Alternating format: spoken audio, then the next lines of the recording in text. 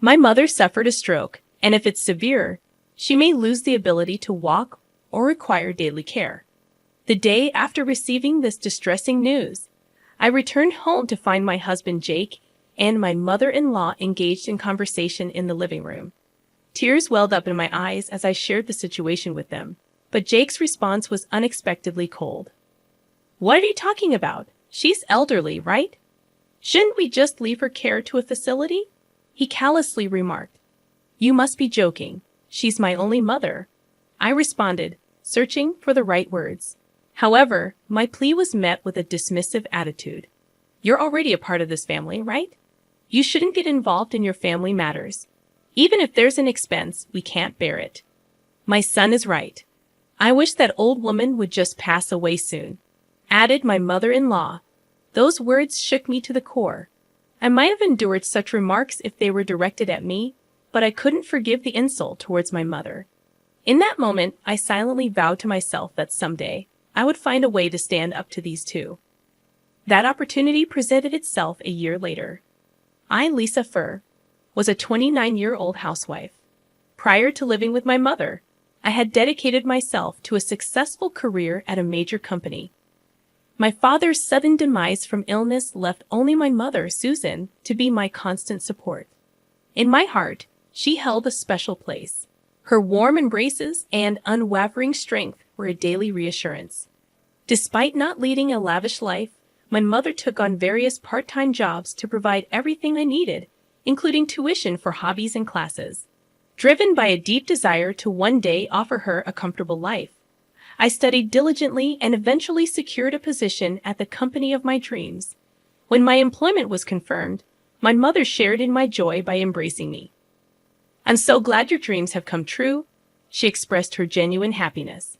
Jake Fuller, who later became my husband, was my first mentor at the new job. He guided me through the intricacies of the role, and our mutual trust deepened. As we started having dinner together more frequently, our emotional connection naturally grew. Following his passionate confession, our relationship evolved into a romantic one, and we began dating. Jake was assertive and experienced, leading our relationship with confidence. At 26, he made a significant proposal. "Lisa, would you start a new chapter with me? I promise to make you happy." "Thank you, Jake. I'm truly overjoyed," I replied, accepting the radiant ring he offered. As I slid it onto my finger, a profound sense of happiness enveloped me, and Jake gazed at me with deep intensity. "Lisa, how do you think we should tell your mom about our marriage?" "Well, I believe no matter how we put it, she'll be overjoyed. After all, she genuinely wants the best for us," I replied, nestled in Jake's embrace as we admired the twinkling city lights, feeling like we were on cloud nine. A few weeks later, the moment arrived to share our engagement news with my mother. As we made our way to her home, a mix of excitement and nervousness filled my heart. When we finally broke the news, her eyes immediately welled up with tears of happiness. "Lisa, it feels like a dream. Congratulations from the depths of my heart." "Thank you, Mom." "Please don't cry," I urged gently. "Jake, promise me you'll take good care of my dear Lisa.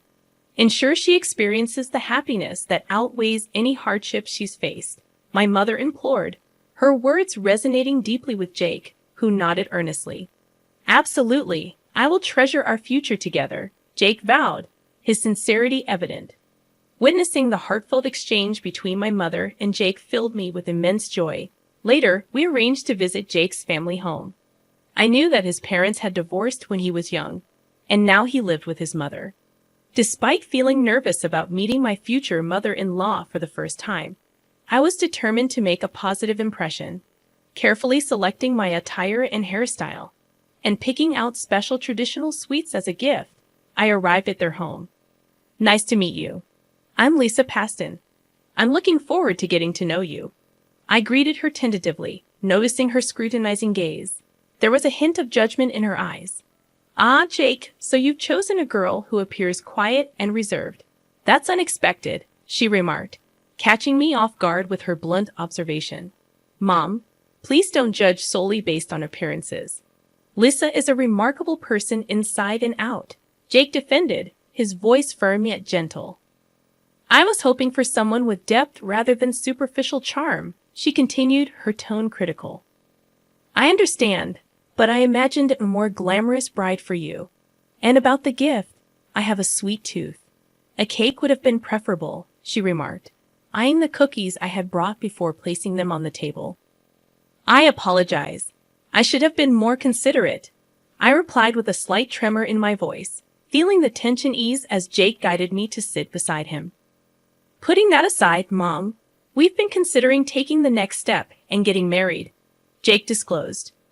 Upon hearing this significant news, his mother sighed deeply and after a brief pause, responded, I figured it was about time, Jake. All right, I understand. Thank you so much.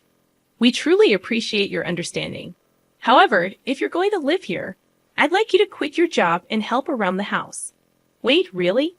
I was taken aback by her sudden demand, turning to Jake with surprise and concern. I've always wanted to maintain my career after marriage. I made sure to communicate this clearly to him in advance. I had envisioned a life just for the two of us. I understand, but if Mom says so, it's a wife's duty, right? Jake's unexpected statement left me shocked. Jake, I clearly communicated my desire to continue working even after we get married, right? Yeah, I remember that conversation, but I've been thinking it might be better if you didn't work after we get married. What's your reasoning? Well, I think it would be a bit complicated to work at the same company with my wife. Plus, I don't want people to think I can't support our household on my own income. As I listened to his words, I felt overwhelmed. But what about living together? Weren't we planning to start a new life together, just the two of us? I don't recall discussing that specifically. I've always lived with my parents, so I just assumed we'd naturally live with them. But my family home is quite far from here, isn't it? There's a 2-hour drive between my parents' home and your parents'. Leaving my mother was a significant concern for me. His words deeply surprised me. However, Jake remained firm in his beliefs and continued to passionately express his views. Lisa, why are you so shocked?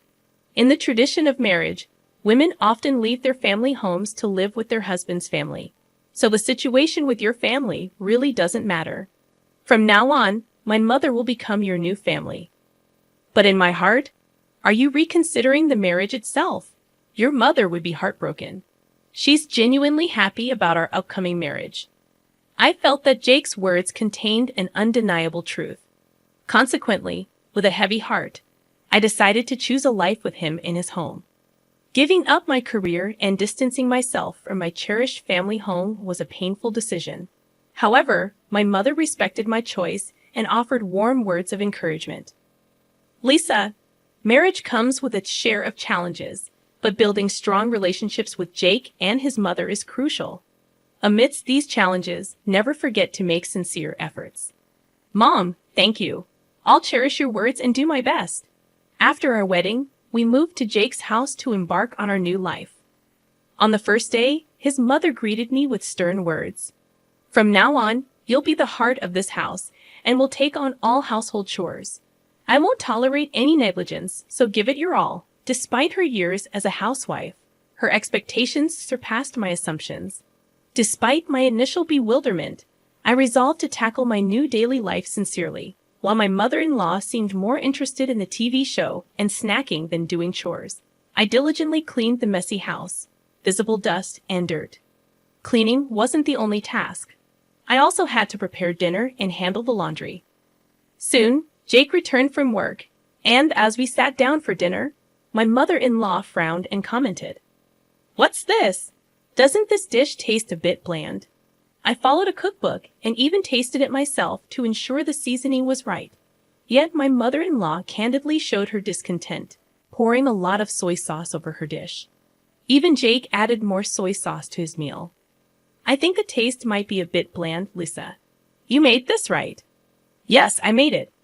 "How about learning more about the traditional flavors of my mom's dishes?" "As a full-time housewife, you might want to do that, right?" "Understood. I'll be careful."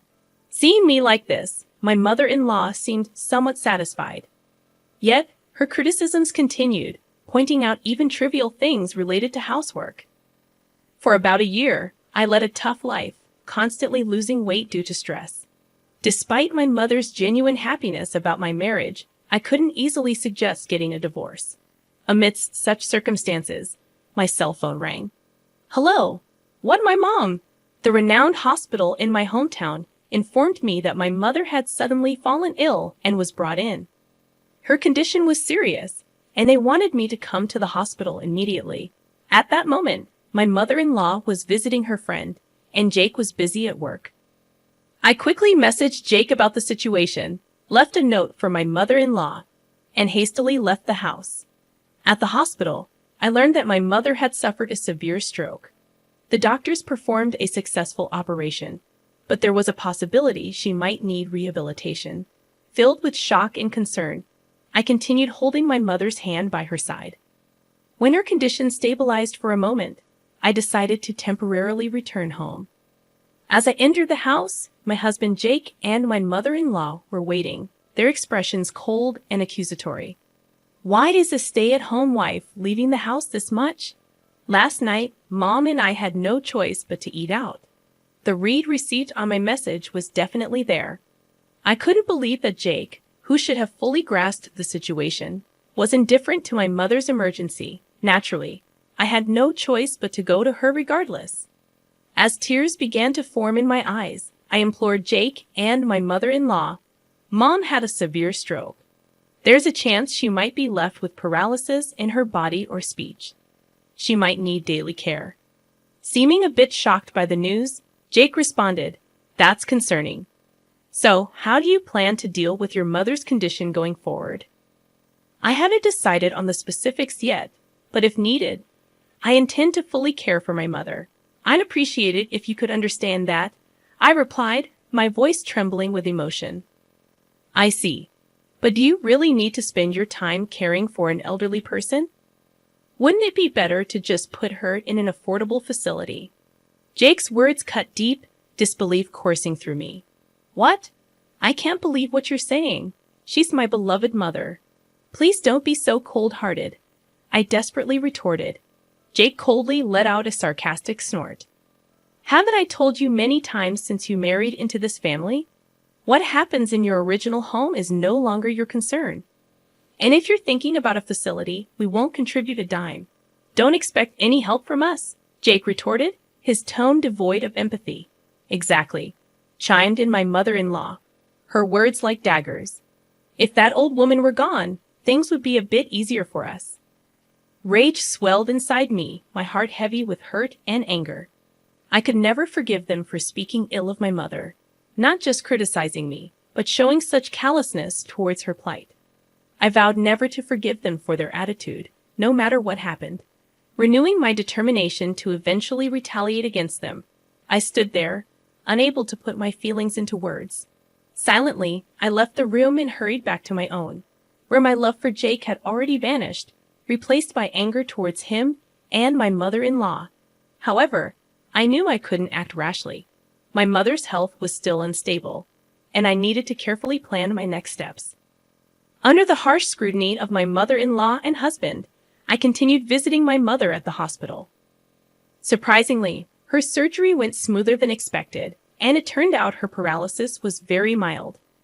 After about half a year of hospitalization and rehabilitation, the doctors declared that my mother could live at home again. Lisa, I'm sorry for causing you so much worry because of me. Did I cause any trouble for Jake or your mother-in-law? Despite her own difficult situation, my mother was genuinely concerned about how I was adapting to life in my in-laws' house. Her compassion touched my heart, filling it with both pain and gratitude. Unable to express my thanks in words, I just smiled and squeezed her hand tightly. Meanwhile, the situation in my in-laws' house was different. My mother, father-in-law, and my husband started blaming me for using my mother's condition as a shield, accusing me of neglecting my duties at home because I was too concerned about my own family. My mother-in-law, with a sharp gaze, said, "What are you thinking, neglecting your duties in our house because you're worried about your mother?" Despite my best efforts to fulfill my domestic responsibilities, I found myself under such accusations. In the midst of this blame game, Jake also raised his voice against me. Honestly, Mom, I didn't think through this marriage well enough back then. I never thought it would become this difficult. My mother-in-law responded with a tilt of her head, saying, "If we had known, I would have opposed the marriage from the start." Jake, with a somewhat downcast expression, said, "I'm really sorry, Mom. I'll think more carefully and act responsibly from now on." Angrily, my mother-in-law shot back, "It's all her fault. None of this would have happened if she had just properly done her housework." Even as I heard their words, I pretended to feel nothing and continued with my chores. Day by day, I gradually spoke less at home, acting like a machine just going through the motions of housework. Nevertheless, they continued to criticize me even more harshly. Meanwhile, I secretly recorded their harsh words. Using my free time, I also continued to study and acquire qualifications for the future. I was preparing for a future where, even if I ended up separating from Jake, I would be able to live on my own. Despite my daily chores, I did not neglect my efforts towards further growth and qualification acquisition, even if it meant cutting down on my sleep. About a year after my mother's health deteriorated, while I was folding laundry at home, my cell phone rang. "Hello, is this Mrs. Jake Foster's wife?" This is from his workplace. The content of the call was an unexpected event. Jake had been in a traffic accident while commuting during work, and he was immediately taken to a nearby hospital. I calmly accepted the news and specifically conveyed the information to my mother-in-law, who reacted with a panicked expression. "We need to hurry. I will go ahead to the hospital. You should organize the necessary things for the transfer and hospital stay and then follow later." Mother-in-law hastily left the house. I quietly watched her leave and then decided to first complete the administrative procedures I had planned to do at the city office. After returning home from the city office, I spent a long time alone in my room, savoring the silence I hadn't felt in a long time. The morning came, and as the light of a new day streamed through the windows, I slowly woke up. I readied myself and made my way to the hospital where Jake had been admitted. As I slowly opened the door to his hospital room, my mother-in-law, who was waiting, showered me with words of indignation. "What were you doing? You finally came at this time, and while Jake is in such a condition," she exclaimed. Taking a deep breath, I approached Jake's bed. He weakly opened his eyes and seemed to recognize me. Jake had suffered major damage to his spine from the traffic accident. Right now, he was unable to move his lower body. The hospital room was quiet, and only the sunlight streaming in from the window brought a sense of warmth. My mother-in-law stood next to Jake's bed, her eyes filled with tears as she worriedly looked at him. Jake began to speak to me in a weak voice. "I understand that my current situation is tough, but I want to get back to our everyday life at home, Lisa. I think I'm going to need your support for the life ahead." I couldn't meet Jake's pleading gaze and instead formed a light smile as I took out a piece of paper from my bag. It was a divorce paper I had received from the city office yesterday afternoon. My part was already properly signed and stamped. "Jake, I want you to sign this divorce paper," I said calmly. "What? What are you talking about, Lisa?" The color drained from my husband's and mother-in-law's faces at these astonishing words. I took a deep breath and continued speaking calmly. "I haven't forgotten the time you told my frail mother to go to a facility. Why should I take care of you when you can say something like that?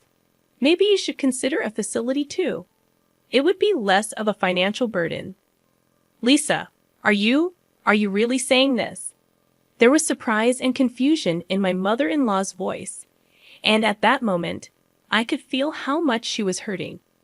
Maintaining my calm demeanor, I slowly slid the papers toward Jake.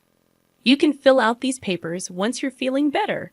I will be leaving this house today, so from now on, you and your mom will need to support each other, just the two of you." "Is this a joke, Lisa? Are you serious? Are you really going to abandon me in this state?" Despite his frustrated voice, I maintained my resolve and replied, "Who was it that ignored and neglected my precious mother a year ago?